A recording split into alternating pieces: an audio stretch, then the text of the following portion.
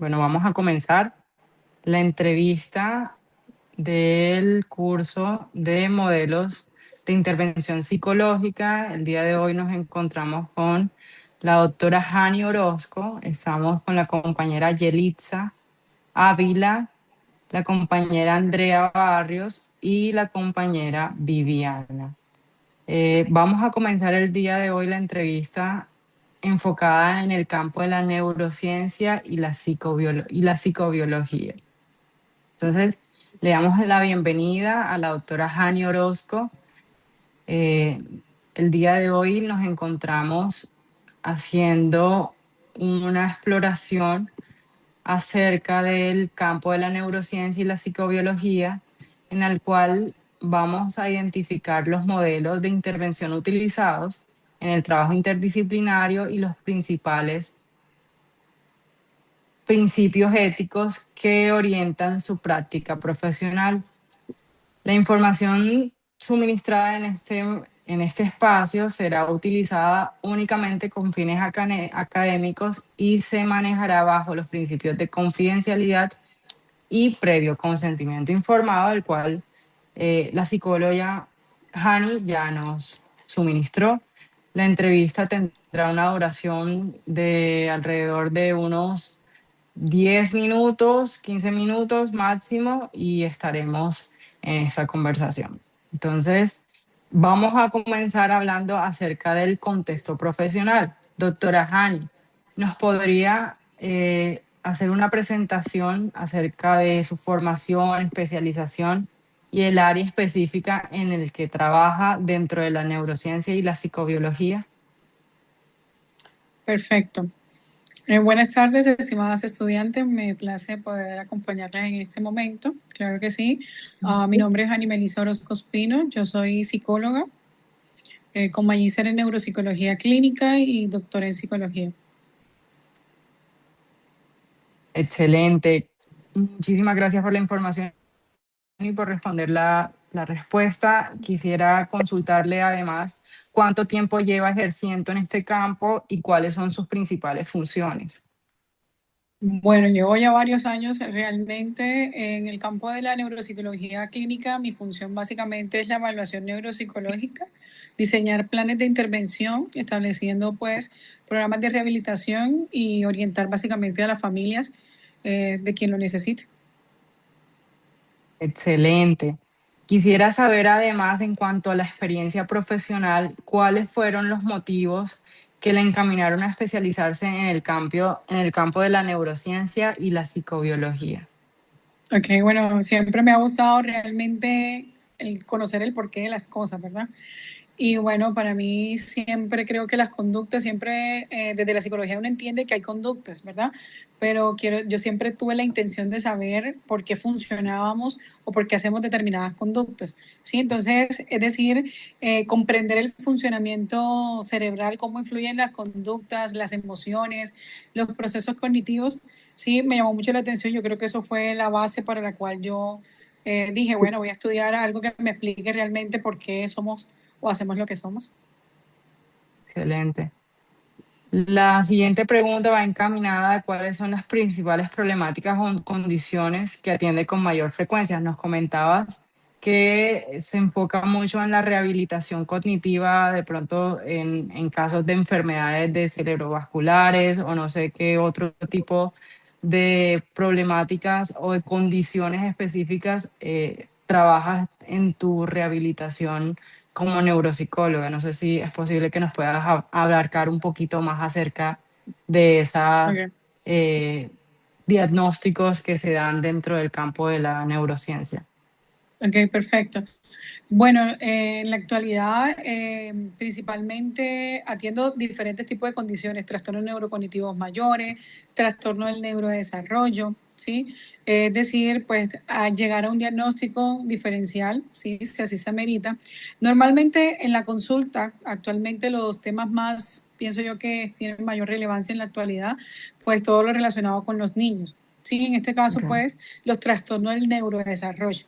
Por ejemplo, diagnósticos de TDAH, trastorno del espectro del autismo, dificultades de aprendizaje, alteraciones cognitivas, sí, en este caso es como los de mayor consulta. No obstante, también se consultan mucho los trastornos neurocognitivos mayores relacionados pues con la enfermedad de Alzheimer, ¿sí? O entre otros, enfermedad de Parkinson, entre otros. Entonces, realmente es bastante dividida la consulta, sin embargo, lo que mayor atiende respondiendo a su pregunta es con niños, trastorno del neurodesarrollo. Entiendo. Bueno, la siguiente pregunta va enfocada desde algo más, desde lo enfocado a su experiencia, ¿cómo han sido los casos o intervenciones que más han contribuido a su crecimiento profesional? Bueno, yo creo que en mi caso puedo decir que he absorbido de todo un poco, pero sin embargo mi crecimiento profesional son aquellos que he requerido una evaluación integral y un abordaje interdisciplinar, ¿no? Entonces, en este caso, los trastornos del neurodesarrollo propiamente hablando y algunos traumas craneoencefálicos, daños adquiridos, daños cerebrales adquiridos, por así decirlo, son los que me han llevado a un desafío mayor, ¿sí? Como les decía anteriormente, normalmente los neuropsicólogos nos debemos especializar en hacer diagnósticos diferenciales y no todos nuestros niños o no todos los pacientes que llegan, en este caso pues niños, tienen TDAH, no todos tienen que tener autismo, no todos. Entonces encontramos pues que hay una necesidad de fortalecer pues la evaluación como tal. Entonces yo dije, bueno, desde mi experiencia creo que he contribuido y es uno de mis fuertes los diagnósticos diferenciales, desde, no tanto desde la evaluación y la intervención propiamente. Entiendo. Excelente. Muchísimas gracias, doctora Hani, por respondernos las preguntas acerca de su contexto profesional y la experiencia que ha tenido hasta la fecha. Bueno, ahora vamos a continuar con otras consultas, otras preguntas que le vamos a hacer y va a continuar la compañera Andrea Barrios. Adelante, compañera. Buenas tardes, doctora Hani. Buenas Bienvenida. Es tardes. un placer para nosotras tenerla hoy acompañándonos en esta entrevista y respondiéndonos las preguntas que tenemos para hacerle. Bueno, mis preguntas se van a basar más que todo en el modelo de intervención, fundamentos teóricos y estrategias. Quisiera preguntarle qué modelos psicológicos o neurocientíficos usted utiliza con mayor frecuencia en su práctica profesional. Ok, perfecto. Bueno, normalmente utilizo mucho el modelo biopsicosocial, ¿sí? Desde también de la neuropsicología clínica, muy ligado a los modelos de Luria, la neuroplasticidad, complementando con un enfoque mucho más cognitivo-conductual, ¿sí? ¿Por qué considero que, bueno, me imagino que me vas a preguntar esa parte, pero son como lo que más uso, porque miro la integralidad, pues, del paciente. Evidentemente sí le voy a preguntar que porque usted considera que estos modelos son los más apropiados para la población que usted trabaja actualmente. Pues yo creo que son los más apropiados porque, por ejemplo, si empezamos a entender el ser en general, debemos partir de un modelo biopsicosocial, es decir, entender desde la parte biológica, la parte psicológica y la parte social, que son como estas tres grandes esferas en las que nos movemos y no pudiéramos entender al ser de una manera pues aislada, sino de una forma integral. ¿Sí? Y cuando hablo de modelo, es decir, del modelo cognitivo-conductual, es trabajar con lo que está pensando mi paciente, con lo que está pasando cognitivamente en el ahora y mirar cómo podemos desde la intervención modificar o mejorar ciertas conductas. Y pues soy enamorada desde la neuropsicología, aplicar pues creer en que podemos regenerarnos, ¿sí? Que la neuroplasticidad juega un papel muy importante tanto en niños como en adultos. Pues creíamos o antes estábamos pensando de que una vez que se atrofiaba una área de nuestro cerebro, pues estábamos designados a perder algunas funciones, por así decirlo, pero cuando comprendemos de que esto no es así y que realmente el cerebro puede asumir funciones, es decir, otras áreas que se han afectado, pudieran ser asumidas por otras, encontramos de que esta neuroplasticidad, esta capacidad de regeneración, pues realmente nos ayuda muchísimo y que no estamos designados o, como por decirlo así, limitados en nuestras funciones, es decir, un poco más de esperanza. Entonces yo creo que estos modelos se complementan mucho más a lo que yo soy y cómo yo manejo pues a mis pacientes. Ok, doctora, perfecto. ¿Qué estrategias de evaluación e intervención usted emplea habitualmente? Ok, normalmente pues lo básico es emplear la entrevista clínica, la observación conductual, la aplicación de pruebas estandarizadas, es algo que no puede fallar en mi consulta. Además de esto, te decía que puedo trabajar desde la evaluación y la intervención, por ende hago estimulación cognitiva, rehabilitación neurocognitiva, psicoeducación y orientación pues en general a la familia. Entonces, por así decirlo, no se puede decir sino que es un paso a paso que lleva a cabo, pues, se lleva a cabo en el área. Entonces, no puedo decir que solo me quedo con la entrevista clínica, sino que debo hacer un registro conductual y a su vez, pues, tengo que medir. Sí, la única forma de poder medir es utilizando pruebas psicométricas estandarizadas. ¿Cómo evalúa usted la efectividad de la intervención realizada? Ok, normalmente la efectividad de las intervenciones pues se tienen que evidenciar. Entonces el seguimiento clínico y el cumplimiento de objetivos que tengo con relación a mi paciente me van diciendo de cómo realmente él va avanzando, ¿sí? Por ejemplo, entonces hay un niño que conductualmente tiene aversiones a las texturas, ¿sí? Entonces normalmente tengo que empezar a hacer de que el niño de alguna forma se socialice y pueda adaptarse a las texturas. Por ejemplo, por decirte algo así, algo muy ligero aquí. Entonces, ¿cómo yo mido este objetivo? Realmente si lo cumplo o no lo cumplo, si el niño ha avanzado en esto o no ha avanzado, por ejemplo, ¿sí? Entre otros, pues encontramos que en la ansiedad existen diferentes tipos de manifestaciones del temor que se puede vivir. Entonces, ¿cómo mido?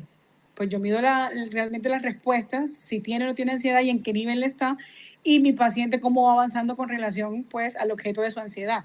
¿Sí me hago entender? Entonces yo creo que esta retroalimentación del paciente y del familiar me va a permitir a mí también de alguna manera subjetivamente medir la efectividad y objetivamente pues el lineamiento en pruebas, por ejemplo, cómo voy viendo que el paciente va adquiriendo ciertas habilidades o no.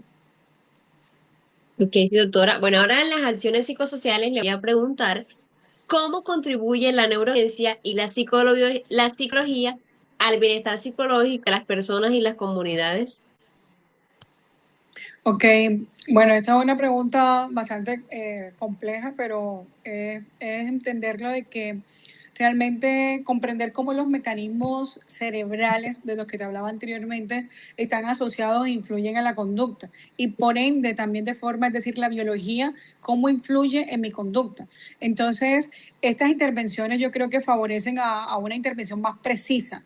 Por lo tanto, me lleva a mí prevenir alteraciones mayores de tipo cognitivo y por ende mejorar la calidad de vida de mi paciente. ¿Sí? Entonces, por ejemplo, en el caso de las adicciones, que es uno de los temas que actualmente también cobran mucha importancia, porque pues el mismo mecanismo de la adicción se va repitiendo, sí, pero desde la psicobiología, es decir, desde cómo estos neurotransmisores, qué tipo de sustancias se segregan y por qué está la necesidad, por ejemplo, de la persona o del adicto, por qué consume, ¿sí? Entonces yo creo que la neurociencia y la psicobiología se complementan efectivamente y nos permite realmente a nosotros hacer unas intervenciones mucho más precisas y por ende favorecer pues a mejorar la calidad de vida en últimas, ese sería el beneficio de la comunidad. Ok, señora. ¿Qué acciones preventivas considera fundamentales para promover la salud cerebral y mental? Ok, perfecto. Yo creo que esto es algo que ya la teoría no nos ha demostrado y encontramos de que promover hábitos saludables en nuestros pacientes va a mejorar muchísimo su salud cerebral. Promover un sueño adecuado, es decir, que pueda realmente cumplir sus horas de descanso, ejercicio físico, alimentación balanceada. Esto nos va a favorecer realmente, yo creo que el 80% de nuestro trabajo, ¿sí? Entonces, adicional pues la estimulación cognitiva, la regulación emocional y la psicoeducación juega un papel muy importante para promover realmente la salud mental, en este caso en mi paciente. Perfecto. Bueno, como última pregunta dentro de las acciones psicosociales, le quiero preguntar si usted ha participado en programas de promoción de salud, prevención o educación dirigidos a pacientes, familias o comunidades y cómo ha sido esa experiencia para usted. Ok, bueno, decirte que un programa como tal, pues no, pero creo yo que todo el tiempo estamos participando en estos procesos. ¿Sabes cómo lo hace uno desde la psicoeducación? Y normalmente cuando un paciente llega a consulta está acompañado de familia. Entonces, considero de que la familia juega un papel muy importante también. Por ende, yo particularmente soy de las que integro a mi consulta a los familiares.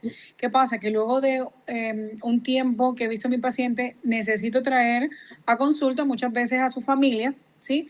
Para mirar realmente cómo esto está, cómo se comporta él en esta área. Aparte de eso, talleres, ¿sí? Que hago sobre el neurodesarrollo, salud mental. Bueno, en ese hábito también puedo aportar y promocionar incluso actividades muy relacionadas con esto. En mi consulta, claro está, yo ofrezco paquetes, a eso me refiero. Ok, doctora, muchas gracias por su intervención. Le voy a dar paso a mi compañera Viviana, que tiene otras preguntas que realizarle. Buenos días, buenas tardes, ya prácticamente. Bueno, doctora, ya mis preguntas van enfocadas más hacia el trabajo interdisciplinario, interdisciplinario. Quisiera preguntarle qué otros profesionales participan normalmente en los procesos de evaluación e intervención junto con usted. Ok, perfecto.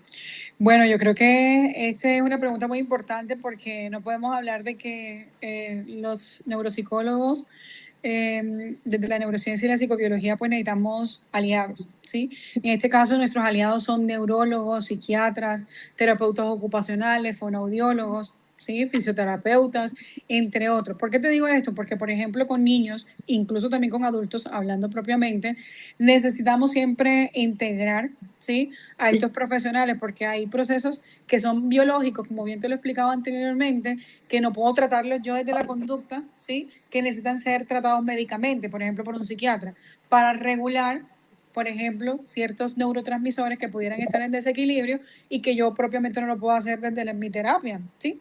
Desde mi intervención, sino que tienen que ser regulados por, en este caso, neuroquímicos, ¿sí? Por lo tanto, ¿sí? Si vemos, y si te puedo pues, pasar todo el día aquí explicando de cómo yo me puedo apoyar desde un terapeuta ocupacional, un fonoaudiólogo, pero en últimas lo que te trato de explicar es que se necesita la intervención conjunta para poder ver los avances de una manera más precisa y efectiva en nuestros pacientes. Ok, doctora Yani. Siguiente pregunta. ¿Cómo se desarrolla el trabajo interdisciplinario con neurología, psiquiatría, fisioterapia, terapia ocupacional, fonoaudiología o medicina?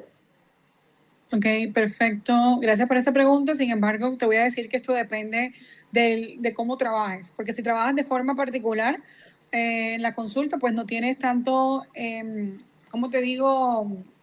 Comunicación, a menos que tengas un colega que le remita a tus pacientes. Por lo tanto, siempre tú remites al profesional de acuerdo a la necesidad, ¿sí? Sin embargo, cuando tú trabajas para una IPS o un centro en particular, normalmente se hacen reuniones clínicas o se comités, ¿sí? En donde miramos al paciente de una forma integral, de acuerdo a su historia clínica, de acuerdo a lo que se necesita, es decir, la información se da, ¿sí? Se estipulan los objetivos en común a trabajar. Por lo tanto, el intercambio de comunicación en esas reuniones es importante porque a partir de ahí, pues podemos realmente garantizar que nuestro paciente va a tener una atención integral y que por ende los objetivos en común que necesitamos fortalecer en nuestros pacientes se van a cumplir. Entonces, normalmente, ¿qué te quiero decir? Que esto en la atención de IPS, de EPS, pues se lleva a cabo y se hace más que todo de reuniones de comité clínico. Doctora, otra pregunta. ¿Cuáles consideras que son las principales ventajas del trabajo interdisciplinario para los pacientes? No todo. Trabajar de manera integral nos va a facilitar realmente, por un lado, tener un diagnóstico preciso, ¿sí? Porque muchas veces cuando no se hace un diagnóstico y cuando no se está, es decir, no se tienen en cuenta eso, los puntos de vista de cada profesional, por eso es importante que cuando nosotros llevamos a nuestro hijo, nuestro familiar, a una IPS, por ejemplo, se haga un diagnóstico de forma integral. Entonces, muchas veces estos comités se hacen en las evaluaciones de inicio, es decir, esto nos permite tener un diagnóstico más preciso, ¿sí? Por lo tanto, las intervenciones se hacen de una forma integral, como te decía anteriormente, por ende, esto, el pronóstico, ¿sí? De intervención va a ser obviamente mucho mejor y vamos a tener una adherencia al tratamiento de una forma más eficaz en nuestro paciente.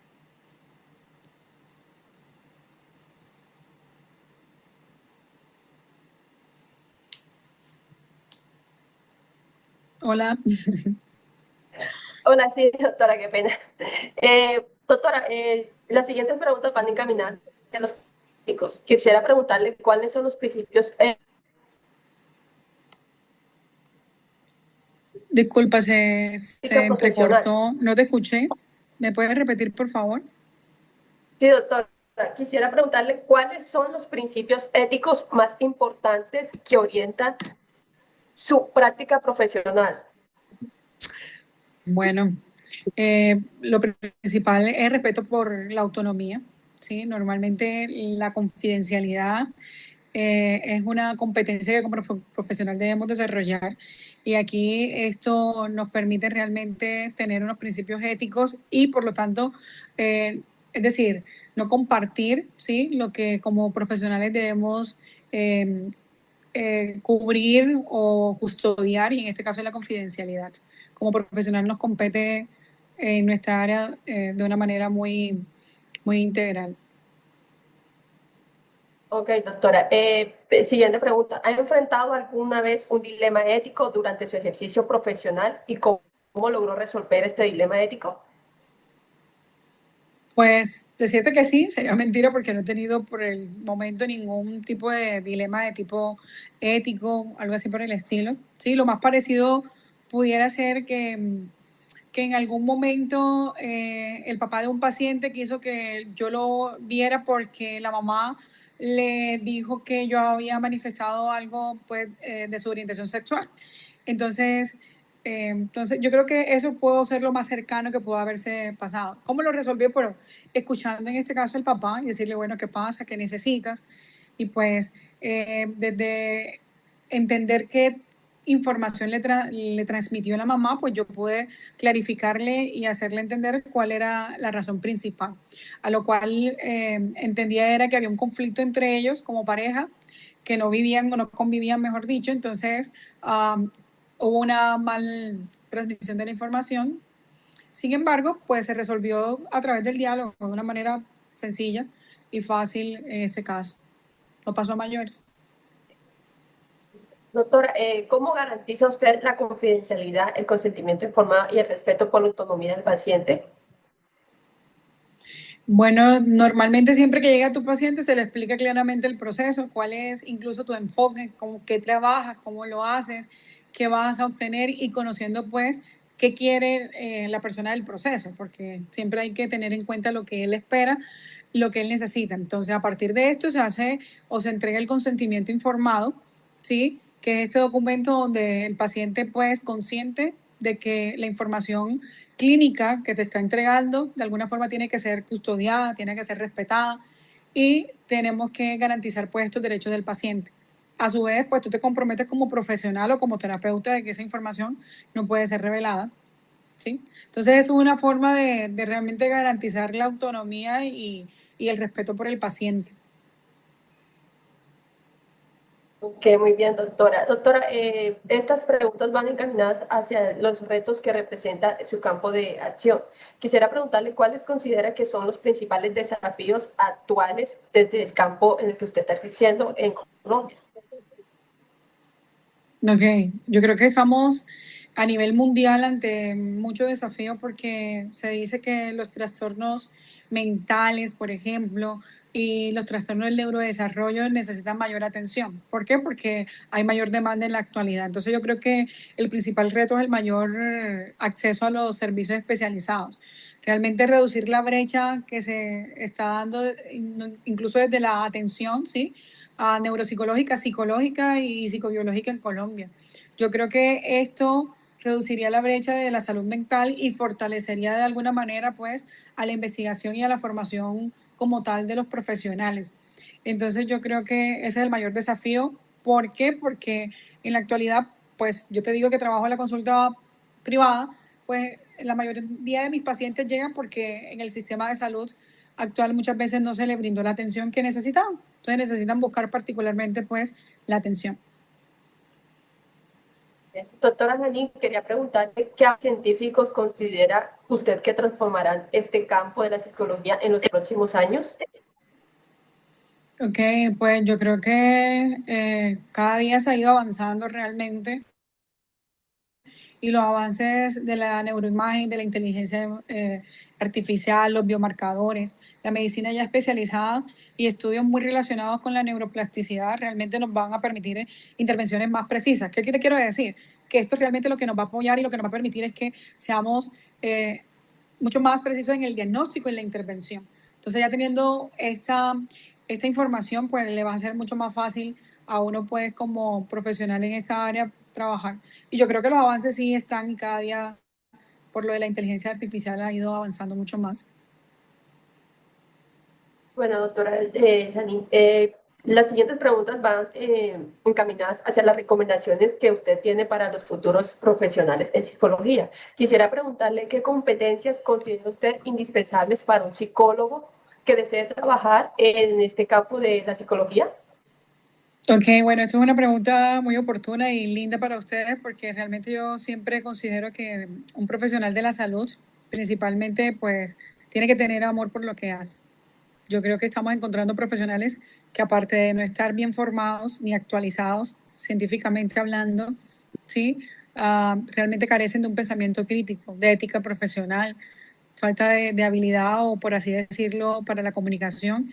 Y netamente, pues, encontramos de que no se interesan mucho por el paciente, ¿sí? Es decir, me debe interesar mi paciente, me debe interesar su problemática y por ende me debe interesar poder investigar qué pasa con él, ¿sí? Entonces esto te lleva no solamente a entender de que tienes que tener un pensamiento crítico, que tienes que tener ética, sino que tienes que actualizarte, pues, permanentemente y buscar la forma de poder apoyar por medio de la investigación. Ok, bueno, doctora, muchas gracias por responder mis preguntas. A continuación le cedo el turno a mi compañera Yelitza, que quiere realizarle otras preguntas. Adelante, compañera Buenas Yelitza. tardes, doctora Jenny.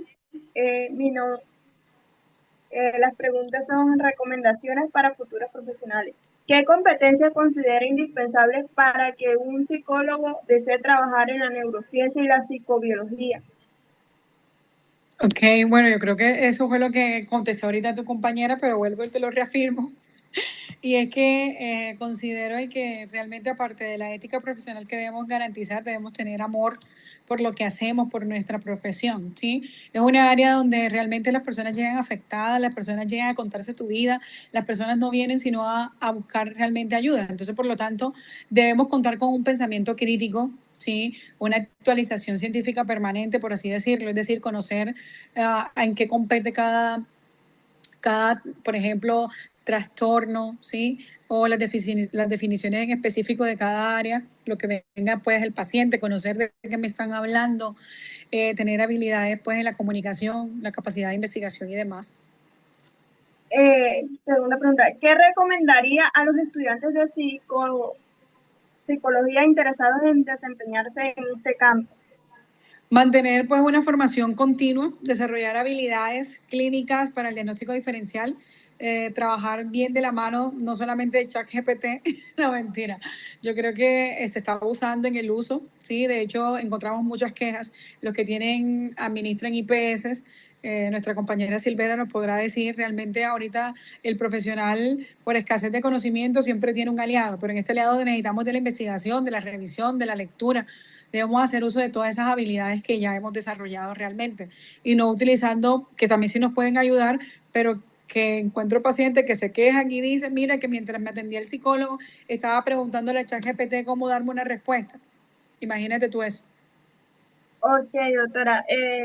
Estamos finalizando el cierre de esta entrevista. Le agradecemos mucho su tiempo, su dedicación y su asertividad a la hora de respondernos todas las preguntas, pero quisiéramos preguntarle si tiene algún comentario que agregar. Bueno, no, ¿O qué definitivamente. Dígame. reflexión considera importante sobre el ejercicio profesional en neurociencia y psicobiología? No, pues te digo que la neurociencia y la psicobiología continúan transformando vidas. decir, realmente poder comprender la forma en cómo de forma biológica, no solamente nuestro cuerpo nos demanda acciones, sino también desde nuestro comportamiento, pues eso es algo vasto.